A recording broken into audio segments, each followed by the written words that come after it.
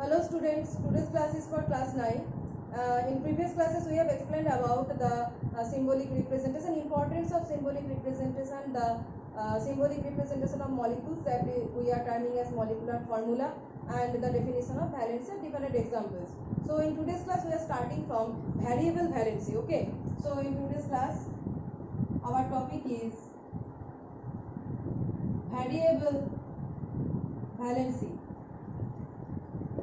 So before starting variable valency, we have to discuss about the valency. I have already explained about valency, but we have explained valency in terms of combining capacity. But how can we explain valency in terms of removal of electron? Valency is also explained, that is how many electrons an element is releasing from its valence shell. How many electrons are removed or released from the valence shell of any element is termed as valency. Okay. So if I am writing about sodium and magnesium, for sodium the valence is 1, right, and for magnesium the valence is 2. We have explained this valence of sodium and magnesium by their combining capacity with oxygen. 2 atom of sodium is combining with 1 atom of oxygen, so its valence is 1.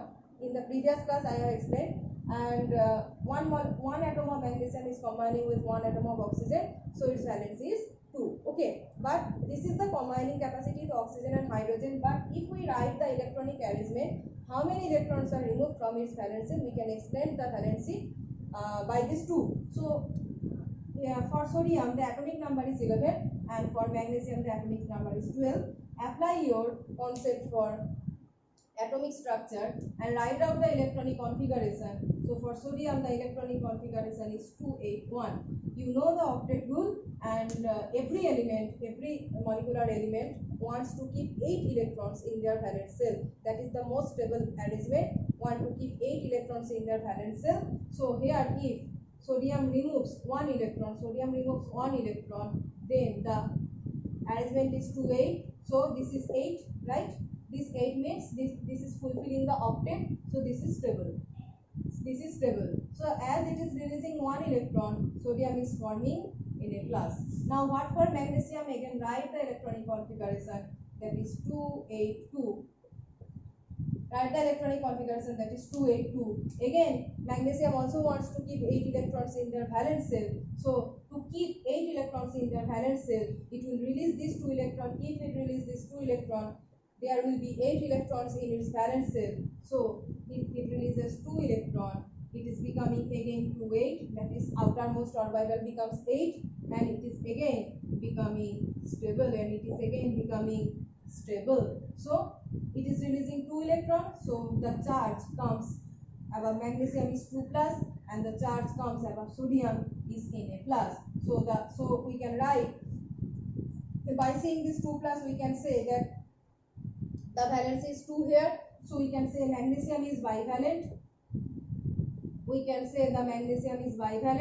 And sodium, here charge is only +1, so we can say the valence is 1, and sodium is univalent.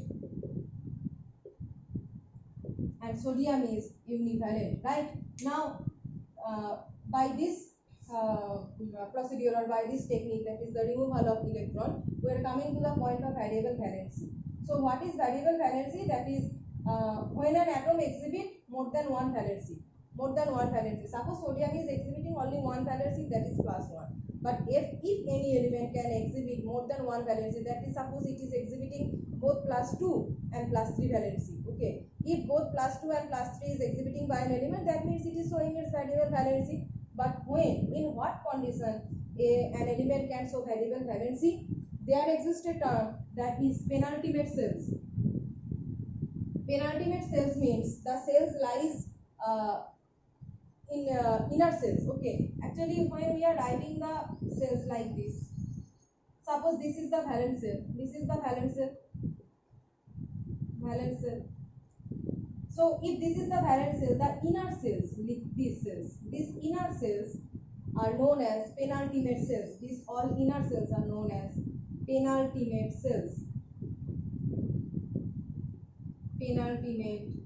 cells. Right? So whenever an element is able to remove electrons from these penultimate cells too, it can release electrons from the valence shell, but when it is able to also release the electrons from these inner cells, that is the penultimate cells, it can show variable valency. So the example of on that compound is SN. It is tin, right? Tin. So tin can form two compounds like SnCl2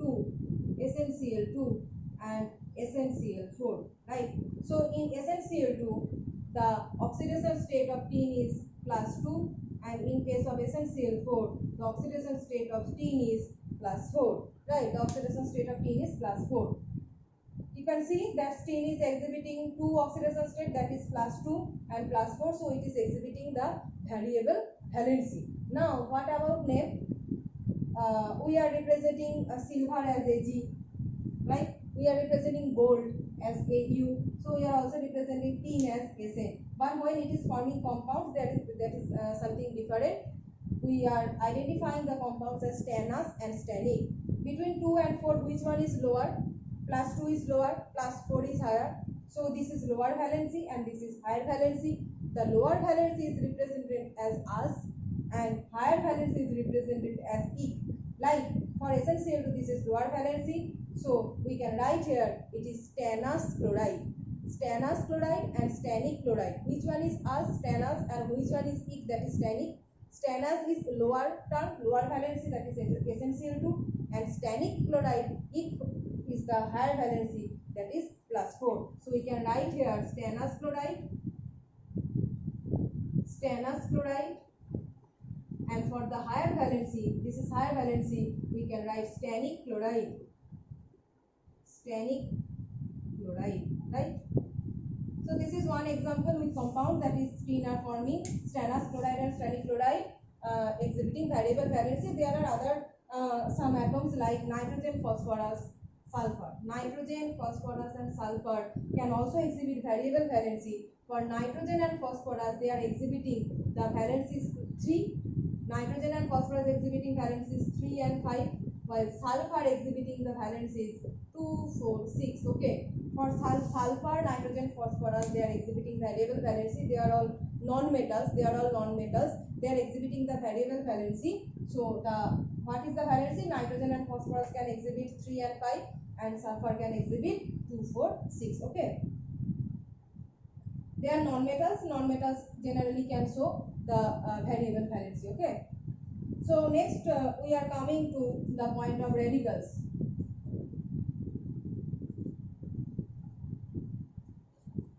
So what are radicals? Radicals are actually a group of atoms that exist as in cationic or anionic form. A group of atoms that exist in cationic and anionic form. Radicals are divided into two types, that is acid radical and basic radical. So the cationic radicals are termed as basic radical, and anionic radicals are termed as acid radicals. Okay. So I am writing what are radicals? A group of atoms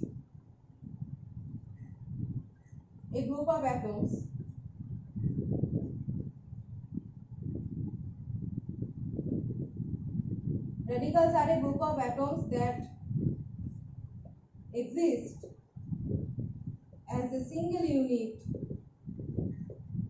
A group of atoms that exist as a single unit carrying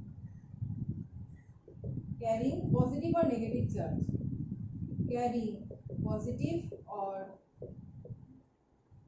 negative charge. Okay. So a group of atoms that exist as a single unit carrying positive or negative charge. So at first I am giving an example like there are two types of radicals.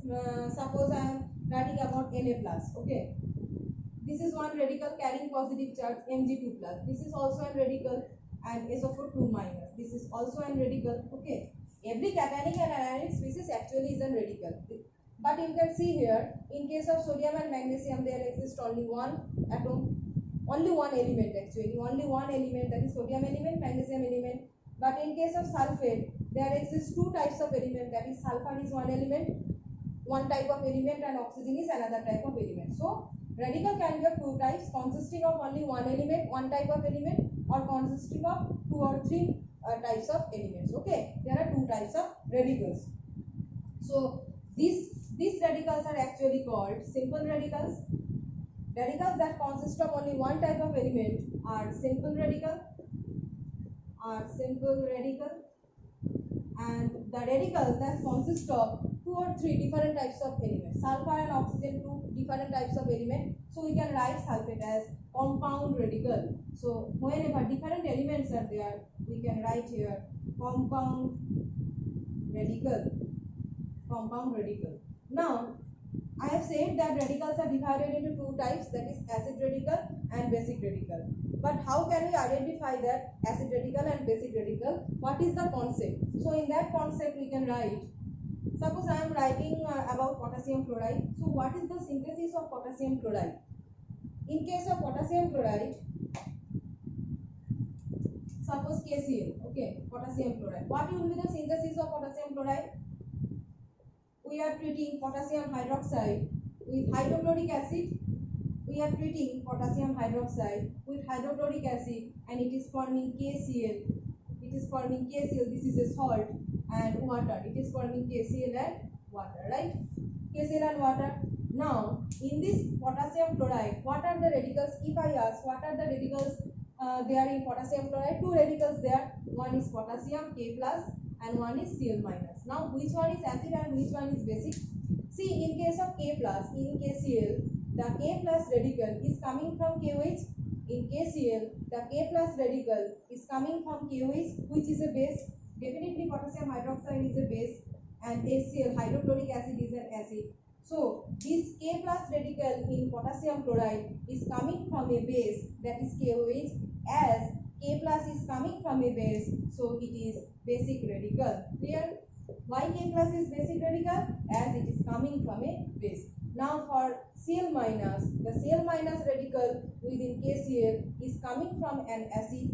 As Cl minus is coming from an acid, this is termed as acid radical. Okay, so this is the concept. Actually, the formation of this radical is the preliminary concept. That is why we are terming this potassium and Cl minus and basic and acid, because they are coming from, potassium is coming from base and Cl minus is coming from an acid, so they are acidic and basic. So in general, cationic radicals are basic and anionic radicals are acidic. So in general, how you can remember?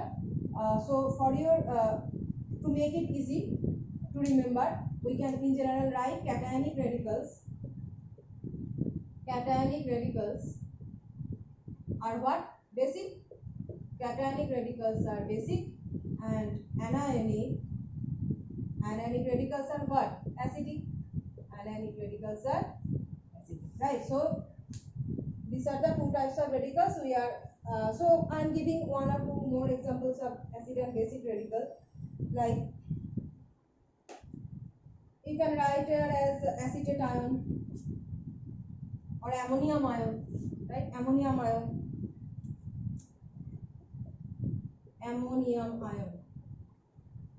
What is ammonium ion? Ammonium ion is NH4 plus. So this is cationic radical, that is basic radical, right? This is basic radical, ammonium ion. You can write. We have written sulfate radical, sulfate ion. What is sulfate ion? SO4 minus. SO4 minus. So this is 2 minus. So this is acid radical. So this is acid radical, right? So if we write HS minus, this is also acid radical. So any negative is acid and any positive is cationic. Any ammonium ion is NH4 plus, sulfate ion is SO4 minus. You have to remember some symbols of some radicals. Okay, symbols of some radicals. So today we have discussed about the radicals and their different types and representation. So in next class we will start from the crisscross method, that is the method for writing the chemical formula. Okay.